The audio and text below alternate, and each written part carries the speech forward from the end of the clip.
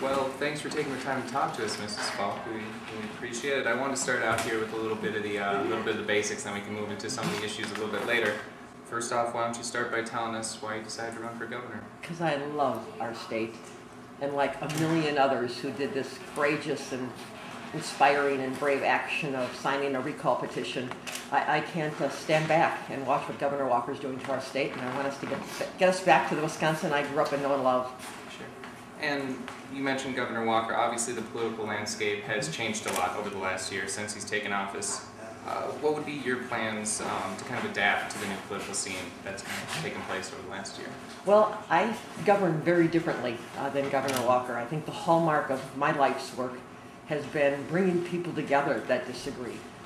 When I was elected county executive 15 years ago in the state's second largest county, one of the biggest issues was how to grow and where to put new homes. And I brought environmentalists and realtors and builders together, and we reached agreements that have us protecting our 2,500 farms and lakes and streams and quality of life here. And that's what I have spent my life doing, is bringing people together to solve problems. And you know, Governor Walker's way of going about things has just torn our state apart, where family members don't talk to family members, neighbors don't talk to neighbors, and look where it's got us.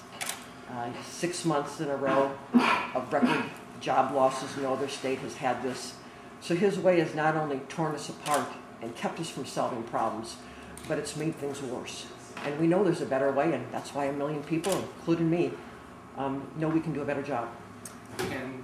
And so before you take on the governor, you're going to have to run in the primary. What are your plans or strategy for the Democratic primary that will come before general election? I am building that big tent of supporters that have urged me to run.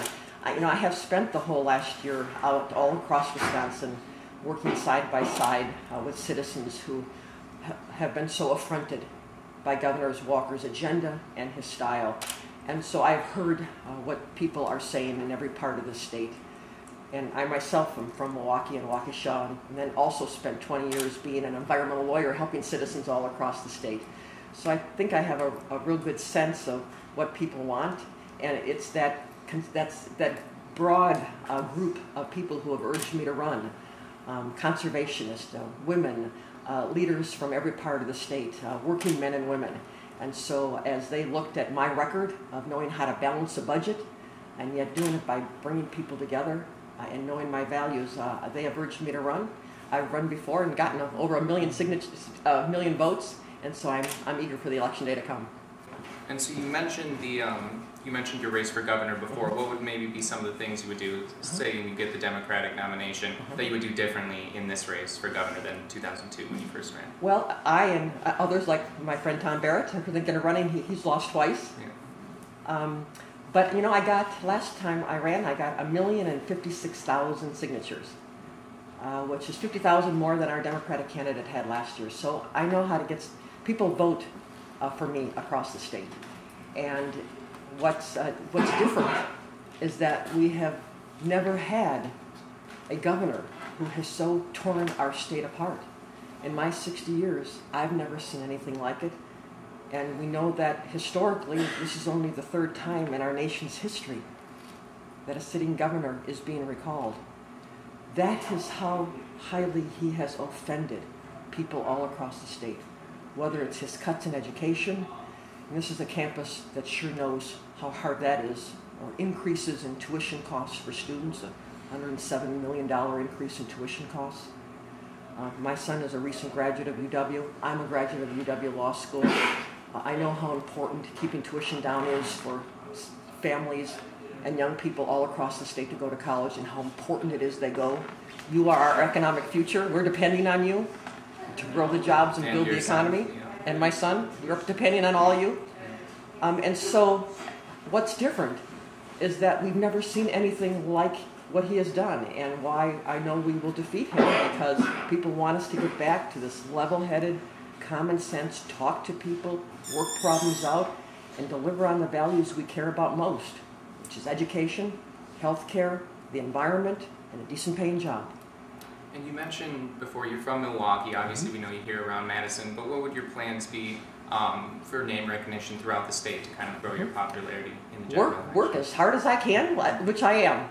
I've not only been working the last year all across the state with citizens, literally all across the state, but when I made the announcement the day after the 1 million signatures were filed with the Government Accountability Board, I took my campaign as far north as you can get, up to Ashland and Hurley, and it was 13 below zero 10 or so days ago. And what is not only so inspiring about that is as I would walk into a room full of people who came to meet with me and are so excited about this election coming up, I would know many people in that room because of the work I had done for them years ago in helping protect the environment in their important corners of the world.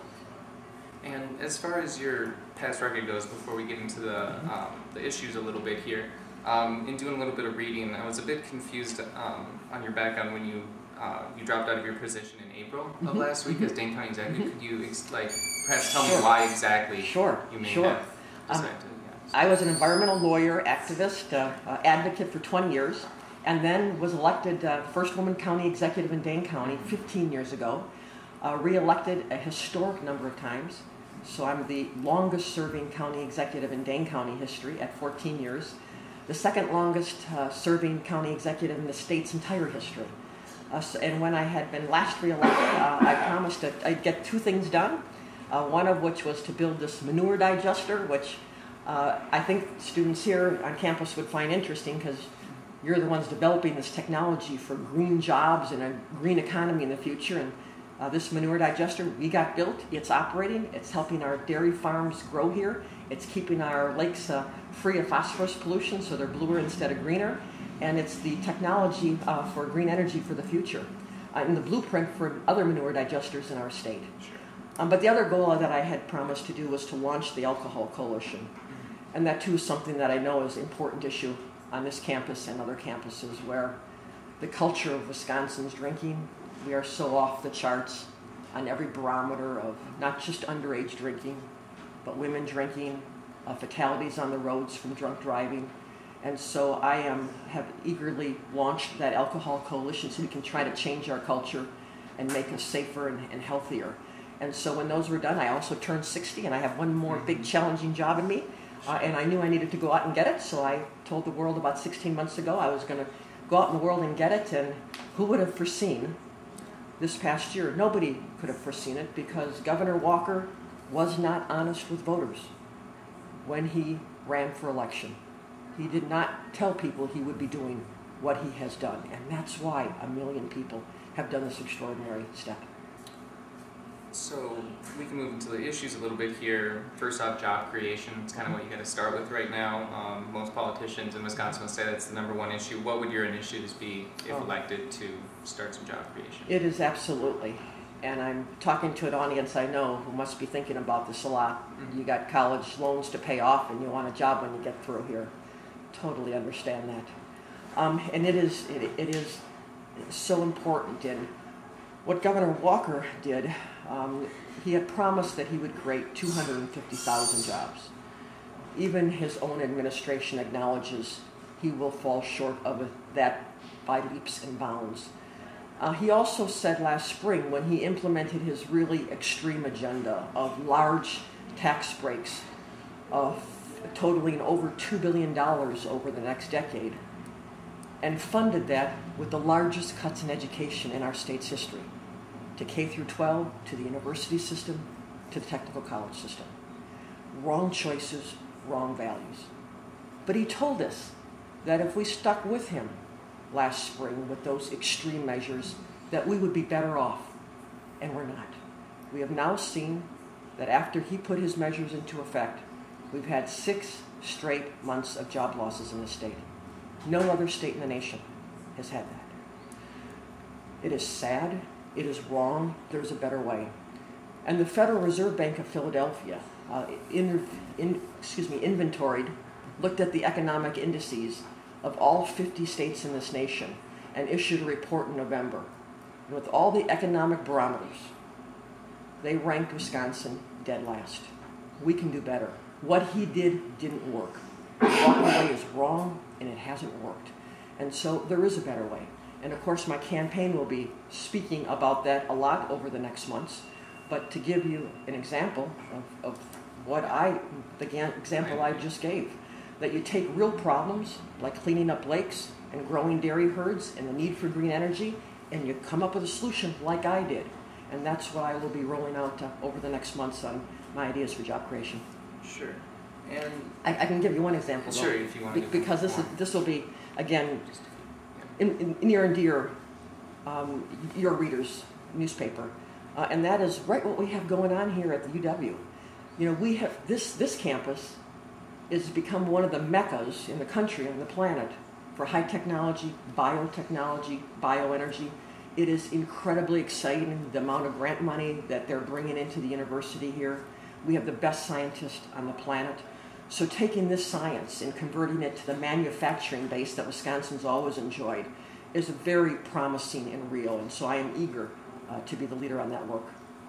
And another one of the big issues, obviously, was collective bargaining, Mm-hmm. the whole ordeal with that. What is your take on that? How would you deal with that if elected? Would it be differently than how Governor Walker handled it Yes. over the last year? Governor Walker not only didn't have to do what he did in eliminating 50 years of workers' rights, but I am proof that there was a better and smarter way than what he did. Governor Walker first said that he had to eliminate 50 years of labor, peace, and workers' rights in order to balance the budget. We now know, because he's conceded after the fact, that it really wasn't the money that was at stake, because the state employees agreed to those concessions that it would have cost for what Scott Walker said he needed to do. And so he obviously had a different motive.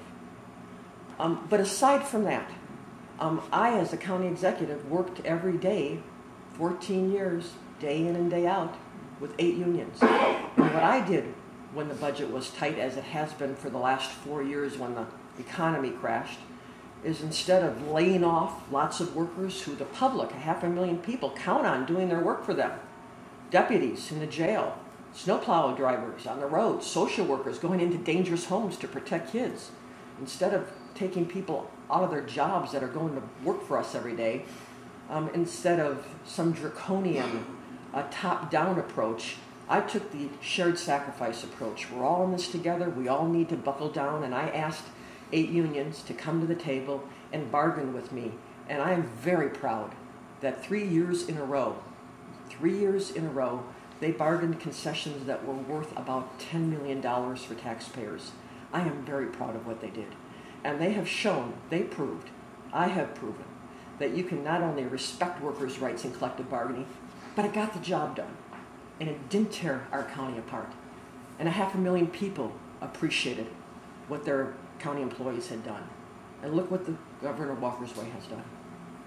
And another big issue would be campaign finance reform. A lot over the summer recall elections, we saw a lot of money coming in from out of state. Do you want to speak to a little bit about that, about political donations and what you think about? Yeah, as I shake my head in chagrin here, I'm a granddaughter of a bus driver from Milwaukee.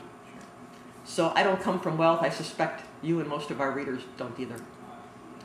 But what we have seen is so off the charts by any horrendous campaign record-setting drive. Governor Walker has collected over $4 million in the last month alone, most of which, his reports show, are from out of state. So he must be running for governor of Texas, or Missouri, or New York, because Texas billionaire wrote out $500,000 in donations. 3 Missouri millionaires wrote out donations. I think most sad and most symbolic of how out of touch Governor Walker is with Wisconsin is that on the very same day that 1 million people brought their hard work over a 2-month period, they missed holiday dinners, they missed time with families, they stood out on cold, cold streets for 2 months to get 1 million signatures. And on the very day they're bringing those 1 million signatures to the state capitol Government Accountability Board, Governor Walker is not only not in Wisconsin working for us, he's not only not in Wisconsin working to get us more jobs. He's in New York attending a fundraiser by the former head of AIG, who last I recall, we all taxpayers bailed out. He will have more money than he could possibly spend But what I have is 1 million people who want our state back. And at some point, I'm just a normal Wisconsin gal. At some point, I've learned, at some point, there is no amount of money that buys back trust. He has lost the trust of Wisconsin. And finally here, could you speak to a little bit about how your history as an environmental lawyer would kind of inform your governorship if elected? Well, it goes back to my roots here, as I described where I come from here in Wisconsin, but I went to law school here, and it was just a mere 40 or so years ago. And that was right when the environmental laws were just beginning, and I wanted to be an environmental lawyer because I hunt and fish and care about the outdoors like it's a common value in Wisconsin. And so I began working for a group called Wisconsin's Environmental Decade, making $35 a week and arguing and winning cases in the state Supreme Court, taking on big and powerful interests and winning on behalf of citizens. And I loved doing that, and I was an environmental lawyer for almost 20 years. Many of those years then were as the state's public intervener. And the public intervener had been this fabulous office that was created by Governor Warren Knowles, a Republican governor who also shared these common Wisconsin values of protecting our outdoors. And I had won a lot of cases, and so had the other public intervener, and Governor Thompson decided to abolish that office. And that was a tragedy for Wisconsin citizens because it had helped the little people protect their favorite corners of Wisconsin. But that meant citizens in Dane County encouraged me to run for political office, and that's what I did 15 years ago, thanks to their encouragement to protect the environment in Dane County. But it also, has given me this insight and familiarity with how we are the same all across the state, how we're different, and how united we are in wanting our state back. Well, thank you for taking the time to talk to us, Kathleen. It was a lot of fun. Thank you. It's a pleasure to meet you. Pleasure to meet you, Thank too. you. Thanks for having me.